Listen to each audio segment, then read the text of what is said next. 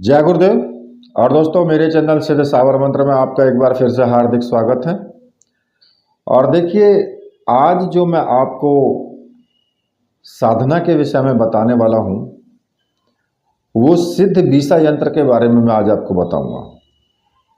और बीसा यंत्र के बारे में कहा जाता है कि जिसके पास हो बीसा उसका क्या करे जगदीसा। यानी ये जो यंत्र है ये इतना अद्भुत और आश्चर्यजनक प्रभाव युक्त होता है कि शब्दों में उच्चारण करना तो संभव नहीं है। तो आज जो मैं वीडियो के माध्यम से जो आपको बता रहा हूँ वो बीसा यंत्र के बारे में बता रहा हूँ कि बीसा यंत्र से आपको क्या क्या लाभ हो सकते हैं और इसको कैसे धारण किया जाएगा। ठीक है, कैसे इसके पूजा पद्धति का विधान है वो मैं आपको सारा सरल भाषा में ही बताऊंगा। और देखिए, यहां पर मैं आपको एक बात बता दूं कि जो तंत्र मंत्र और यंत्र इन सभी साधनाओं के विषय में या इनके जो जनक माने जाते हैं वो आदिदेव भगवान शिव ही माने जाते हैं। और शिव के द्वारा दिया गया ज्ञान मूल रूप से आपको ग्रंथों में मिलता है और वो शिव पार्वती संवाद के रूप में होता है।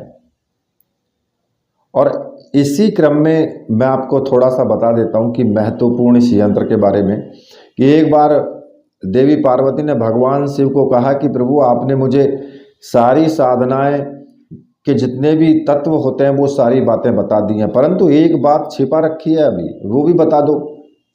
इस पर भगवान शिव बोले कि मैंने तुम्हें जो तंत्र मंत्र और स्तोत्र पूजा विधान जो भी बताए हैं वो तो ब्रह्मा या फिर और अन्य देवों ने भी नहीं सुने हैं। ऐसी कौन सी गोपनीय विद्या है जो मैंने प्रकट नहीं की है। इस पर देवी पार्वती ने कहा था कि मेरु पृष्ठीय बीसा यंत्र के बारे में आपने मुझे अब तक इसकी विधि और महत्व नहीं बताया है, और आपका ही कथन है कि यह तो सर्वश्रेष्ठ यंत्र है, यह वरुण देव का साक्षात स्वरूप है। इस पर भगवान शिव ने कहा कि यह यंत्र तो तीनों लोकों को मोहित करने वाला है, महासौभाग्यदायक है, सब अर्थों को देने वाला है, शत्रु के हृदय में शोषण करने वाला है, एक प्रकार से रक्षा करने वाला है, भाग्य को खोलने वाला है, ऐश्वर्य देने वाला है, गंधर्व सर्प राक्षसों को काबू में लाने वाला, राजाओं का मारण मोहन द्वेषण करने वाला, मस्ती की वाणी और जो कविता की शक्ति देने में, गड़े हुए धन को आकर्षित करने में, यहाँ तक कि जो मृत्यु है उससे भी छुड़ाने और युक्ति देने वाला, ये तीनों लोगों का दुर्लभ यंत्र है ये जो बीसा यंत्र के बारे में बताया गया है। इसीलिए मैंने पहले आपसे कहा था कि जिसके पास हो बीसा उसका क्या करे जगदीसा। उसका जगदीश भी कुछ नहीं कर पाते, मतलब कि तीनों लोकों में कोई ऐसा प्राणी नहीं है जो उसका कुछ बिगाड़ पाए। जो बीसा यंत्र होता है उसका ये महत्व होता है।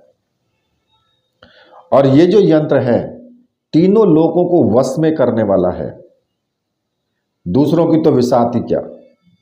क्योंकि जिस साधक के पास ये वरुण देव का यंत्र होता है उसके निसंदेह ही सारे मनोरथ उसके संपूर्ण होते हैं। और ये जो यंत्र है सामान्य यंत्रों से अलग है, और इस प्रकार से ये बनाया जाता है कि इसका जो स्वरूप है ये मेरु पृष्ठीय तथा कुल 9 खाने इसमें होते हैं, 9 कोठे होते हैं एक तरीके से। और जो बीसा यंत्र है वो पूर्ण प्रभावशाली होता है, शिवोक्त बीसा यंत्र ये कहलाता है।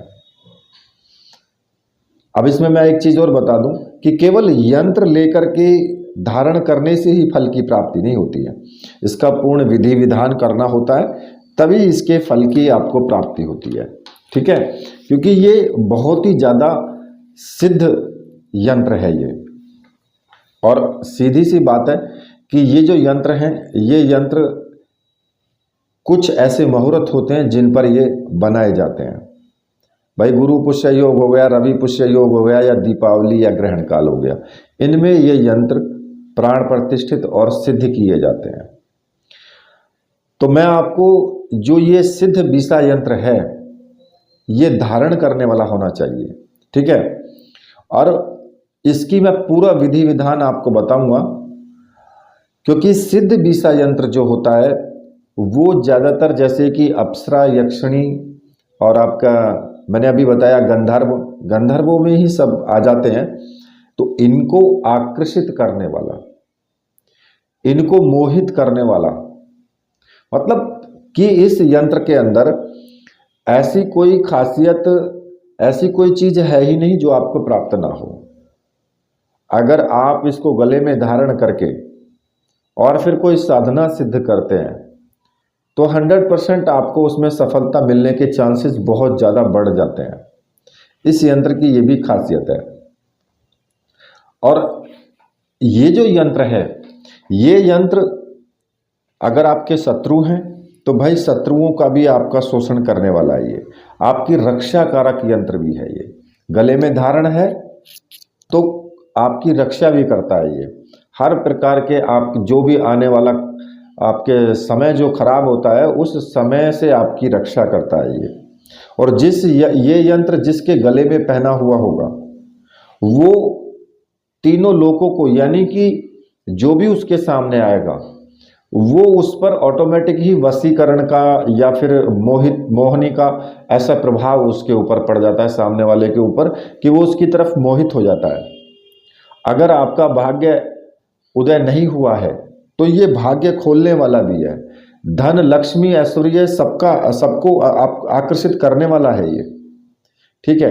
आपकी वाणी में एक विशेष प्रकार का ओज होगा, एक तेजस्विता होगी कि जब आप बोलेंगे तो दूसरे लोग कहेंगे कि भाई वाह क्या आपकी आवाज़ है, ठीक है। और आवाज़ कब आती है? जब आप साधनात्मक स्तर में ऊपर उठ जाते हैं तब ऐसी आवाज़ आपको प्राप्त होती है। तब ऐसी आवाज़ लगती है कि दूसरा सामने वाला व्यक्ति उस आवाज़ को सुन करके उसकी तरफ आकर्षित होता है। ये सब साधना के प्रभाव होते हैं। और जिसके गले में ये यंत्र होता है वो भी साधनात्मक दृष्टि से काफ़ी ऊपर उठ जाता है। अब बहुत से लोगों को होता है कि भाई गड़े हुए धन को भी मतलब लेने का, तो ऐसे गड़े हुए धन को अगर आकर्षित करने वाला, आकर्षण का मतलब क्या है कि वो गड़ा हुआ धन ऑटोमेटिकली ऐसा कुछ होगा कि वो आपको प्राप्त हो जाएगा, ठीक है। हर प्रकार से ये यंत्र आपके लिए दुर्लभ है ही। और देखिए इस साधना के विषय में मैं आपको पूरा बता रहा हूँ कि ये जो यंत्र है ये यंत्र ताबीज़ के आकार का होगा, ठीक है। अब इसमें आपको केवल 2 सामग्रियों की आवश्यकता होगी इसमें, ठीक है। अब 2 कौन कौन सी होंगी? एक तो ये, क्योंकि ये जो यंत्र होता है ये त्रिलोह में ताबीज़ में भरा हुआ होता है। जो 3 प्रकार के लोहे होते हैं, जैसे कि लोहा तो हो ही गया, तांबा हो गया या फिर पीतल हो गया, ये ऐसे 3 लोहे, या फिर सोना, चांदी और तांबा हो गया, इन तीनों का मिश्रण करके वो ताबीज़ बनाया जाता है। और फिर भी उसमें उस ताबीज़ को रखा जाता है बना करके। ये ताबीज़ के आकार का होगा, ठीक है, धारण करने वाला होगा। एक तो आपको ये चाहिए, और दूसरा इसके लिए जाप करने के लिए माला। केवल 2 ही सामग्री की इसमें आवश्यकता होगी। और देखिए अगर आपको ऐसा यंत्र आपको चाहिए तो मैंने व्हाट्सएप नंबर दिया हुआ है वीडियो में, आप वहां से मुझे व्हाट्सएप करके और वो सामग्री आप प्राप्त कर सकते हैं। सामग्री तो आपको 100% मिलेगी, इसमें बिल्कुल भी संदेह मत करना। आप बेधड़क हो करके ऑर्डर कर सकते हैं, ठीक है। अब यहाँ पर मैं एक बात और बता दूं कि बहुत से लोग क्या करते हैं कि मैंने वीडियो में तो बताया है कि ताबीज़ वाला यंत्र, वो केवल क्या करते हैं कि जी हमें यंत्र चाहिए, माला चाहिए, ये चाहिए।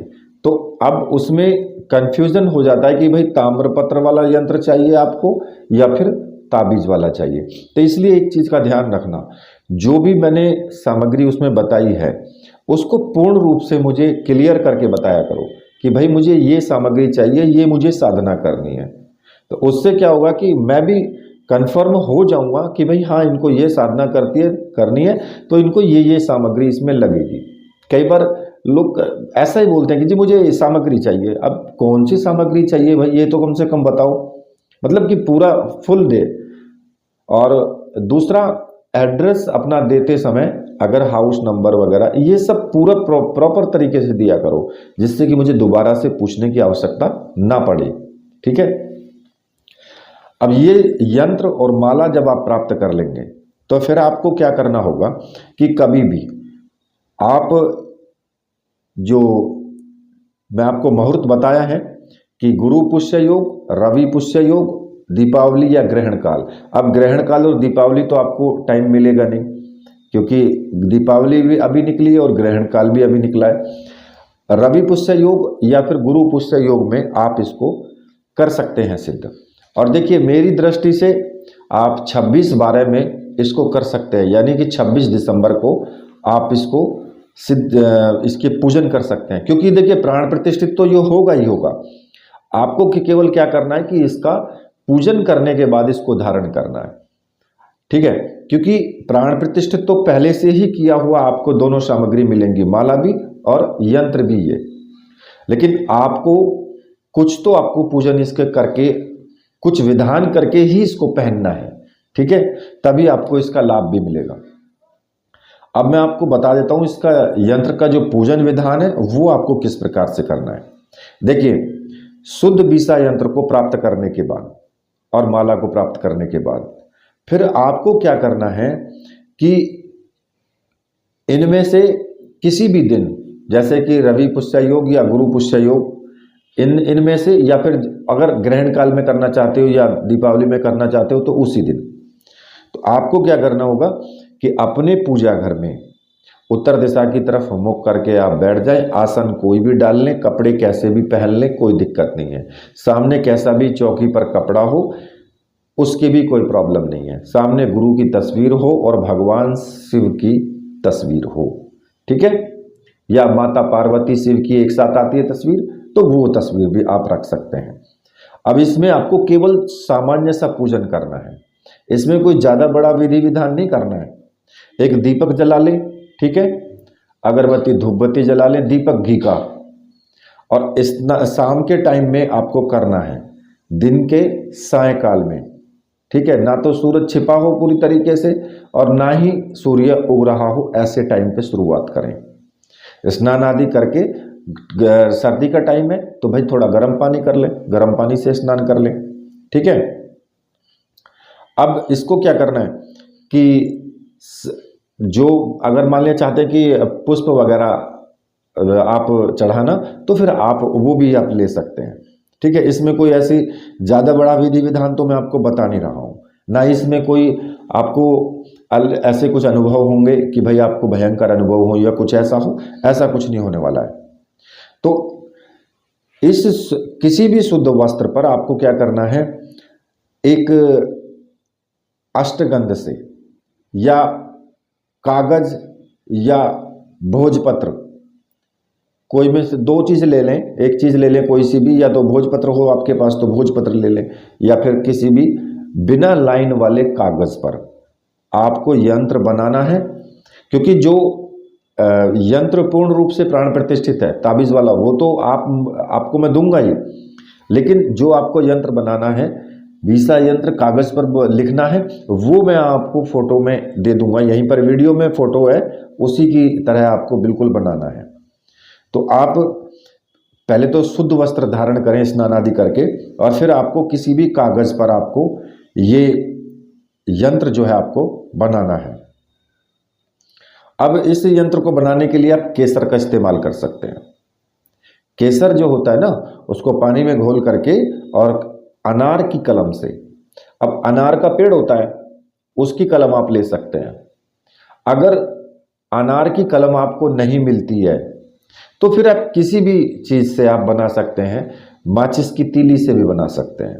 ठीक है, अगर नहीं मिलती है तो माचिस की तीली से आप बना लें, और उसके ऊपर ये यंत्र आपको पूरा लाइन वाइज खींच करके बना लेना है। और कागज़ के आपको क्या करना है, कागज़ के आपको 21 टुकड़े करने हैं चौकोर, और 21 बार अलग अलग टुकड़े पर अलग अलग यंत्र आपको बनाने, यानी कि 21 यंत्र आपको बनाने हैं। अब आप समझ गए ना कि कागज़ के चौकोर टुकड़े करें, 21 होने चाहिए, और प्रत्येक पर आपको एक एक यंत्र बनाना है। अब ये मत पूछ कहना कि जी ऊपर से शुरुआत करें, नीचे से शुरुआत करें, या फिर दाईं तरफ से या बाईं तरफ से, आप कैसे भी बना लेना जैसे आप पे बने, लेकिन बनना चाहिए ठीक वैसे ही, इतना ध्यान रखें, ठीक है। और यंत्रों का निर्माण करने के बाद जो बीसा यंत्र है धारण करने वाला, ठीक है, और जो कागज पर लिखे हुए जो यंत्र हैं उनका आपको केसर से और पुष्प से आपको पूजन करना है, ठीक है। लेकिन उससे पहले जब आप यंत्र तो बना करके रख लेंगे, लेकिन उससे पहले आपको अपने गुरु का तो पूजन करना है, उसको नहीं भूलना है गुरु को।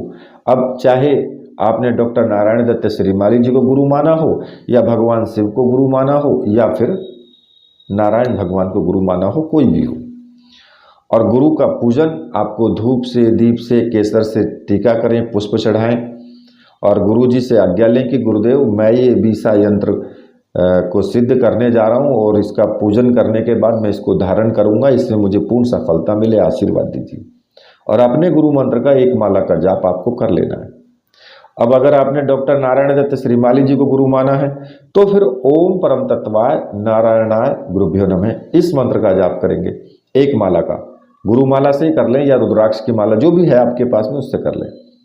और अगर शिव को गुरु माना है तो फिर आप ओम नमः शिवाय इस मंत्र का जाप करेंगे।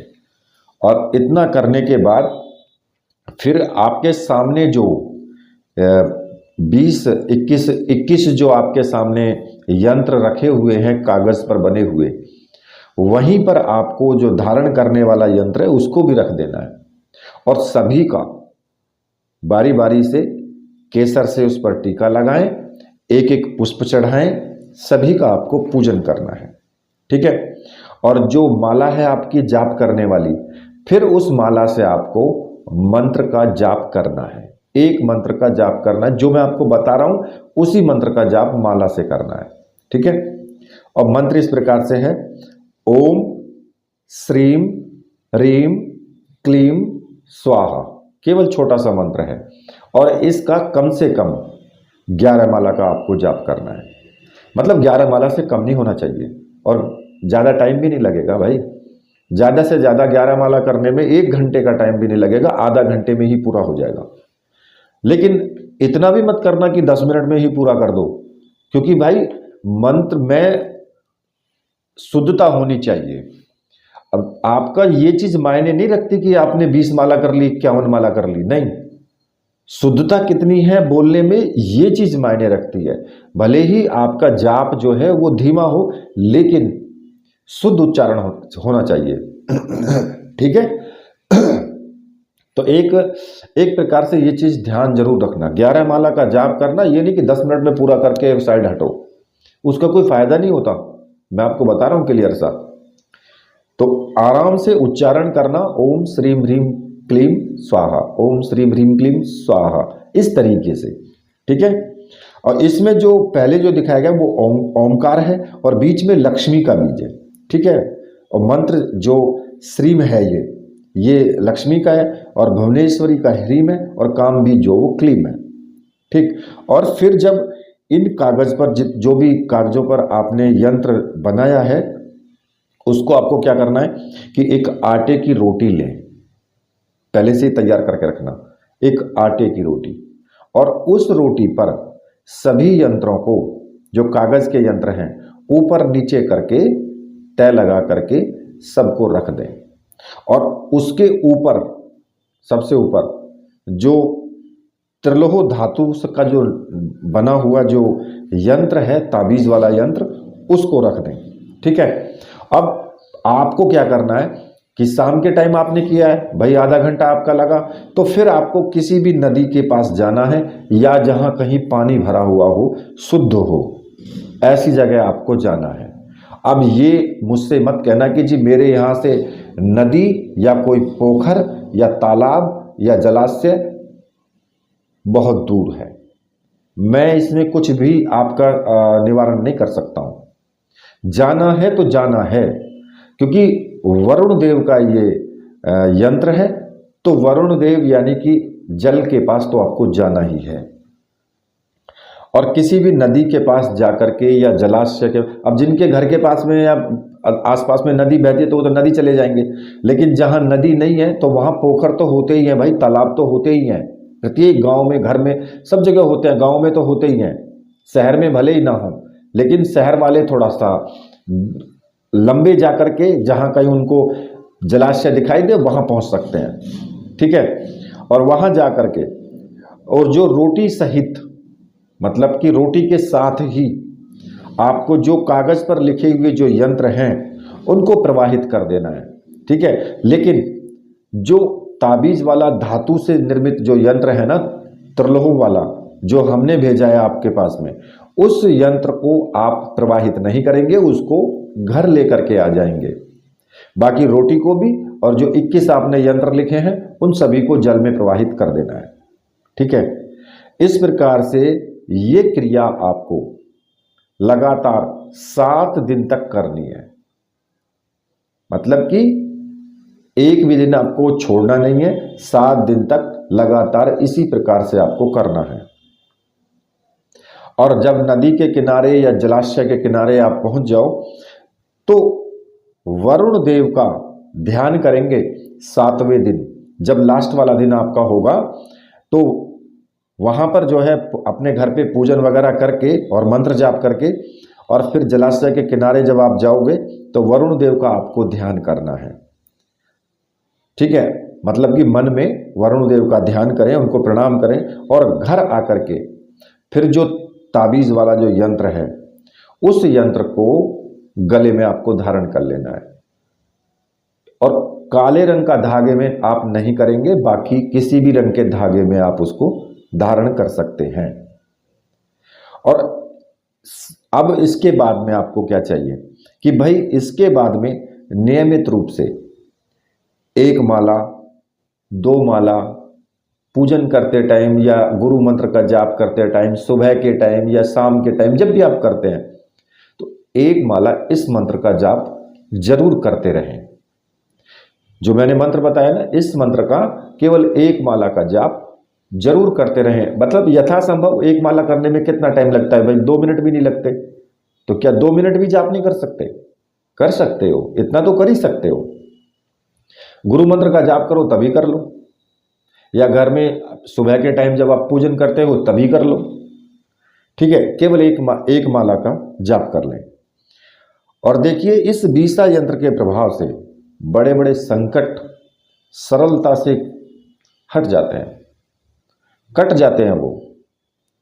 इसीलिए तो इसको त्रिलोक के विजय यंत्र भी कहा जाता है, इसमें कोई संदेह नहीं है, ठीक है। वास्तव में ही ये जो यंत्र है, ये महायंत्र परिवार के वैसे सभी सदस्यों को धारण करवाने भी चाहिए, ठीक है।